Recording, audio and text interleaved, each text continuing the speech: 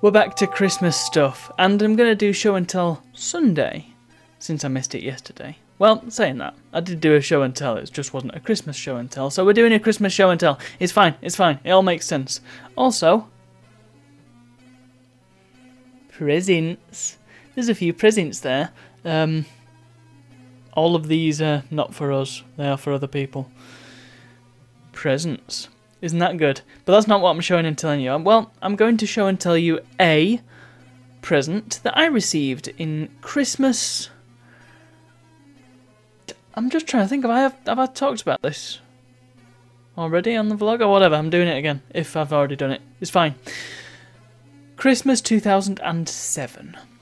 Now, this was a very interesting year because I had, I'm trying to think. Probably the previous year or the year before, I had got myself a DS, and I was newly introduced to the world of Nintendo, which is very exciting.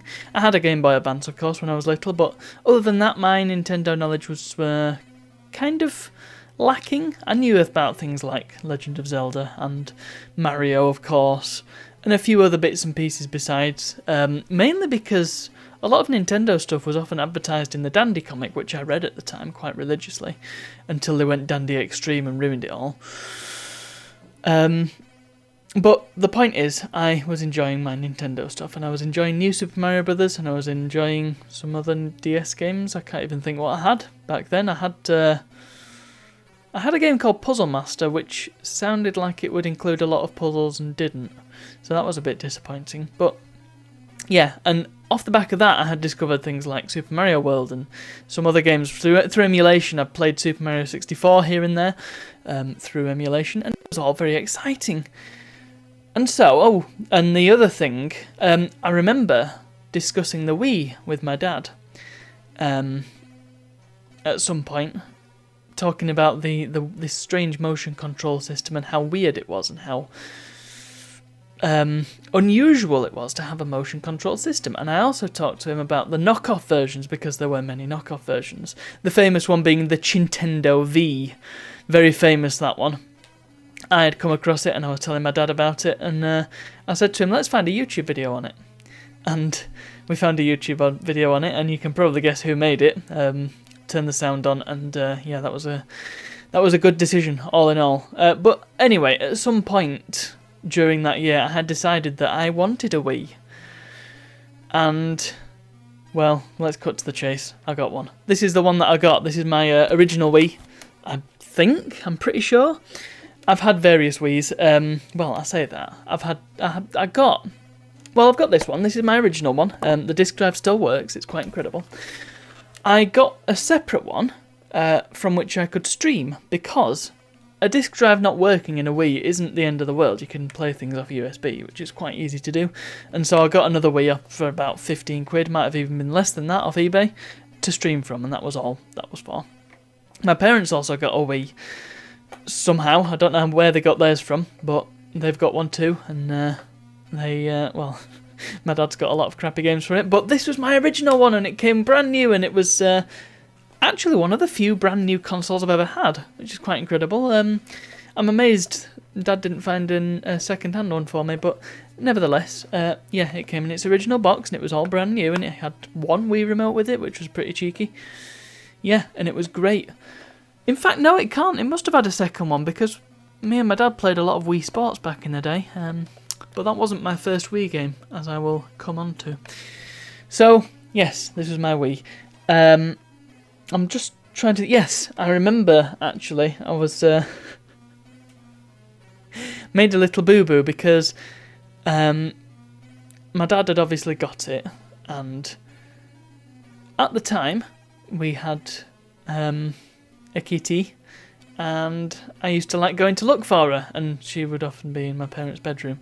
And so I went looking for her once in my parents' bedroom, and I looked underneath a chair, and I saw the Wii in its box, and I was like, ooh. And I also spied a copy of Wacky Races Crash and Dash, a game which is absolutely awful. Quite disappointing. I'm just trying to remember what the timeline was, because obviously I would have played Wacky Races Crash and Dash, but the first Wii game that I ever played was Super Mario Galaxy, and so I must have got that alongside. And yes, I've had many happy years with my Wii, and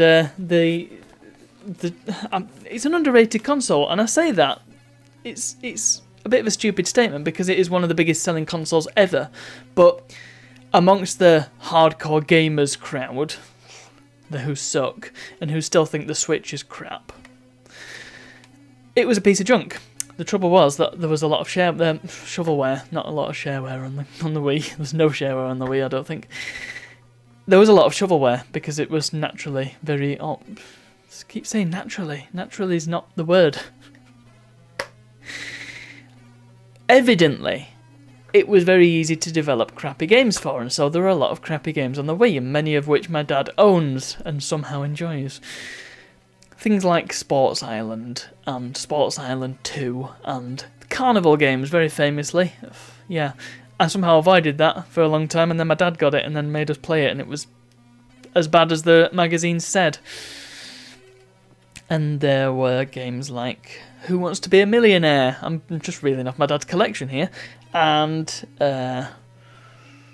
Big Beach Sports. That was kind of the thing you needed before Wii Sports Resort came along. And that's the thing, there were so many great games on the Wii, and a small collection of great Wii games was much better than a big collection of crappy games.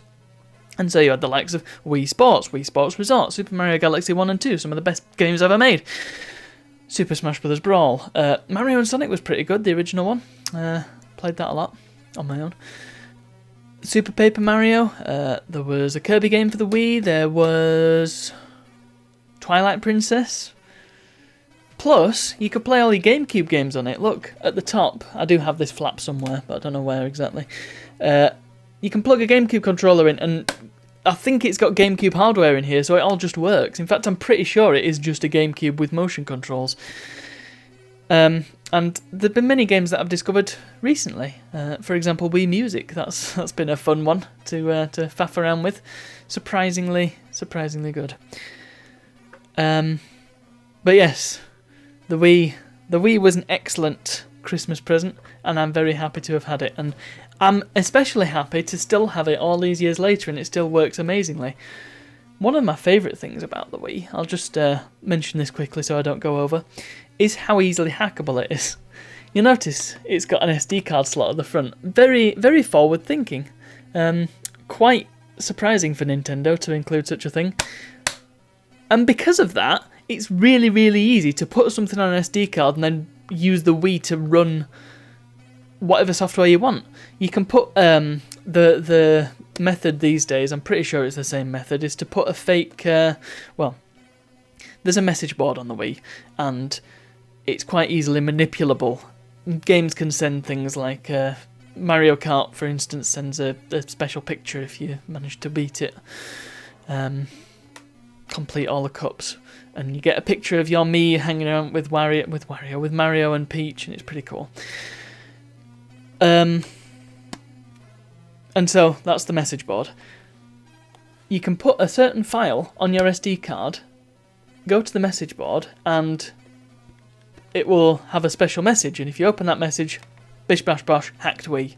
And so you can use it to run games off USB or install homebrew software like emulators and stuff. It's really flexible, and you can even use the DVD drive as a DVD drive, amazingly enough. But anyway, that's the Wii. I'm sure I'll have a lot more to say about it in the coming years when I can actually make videos about it, but let's stop there. So thank you very much for watching, and I'll see you all tomorrow.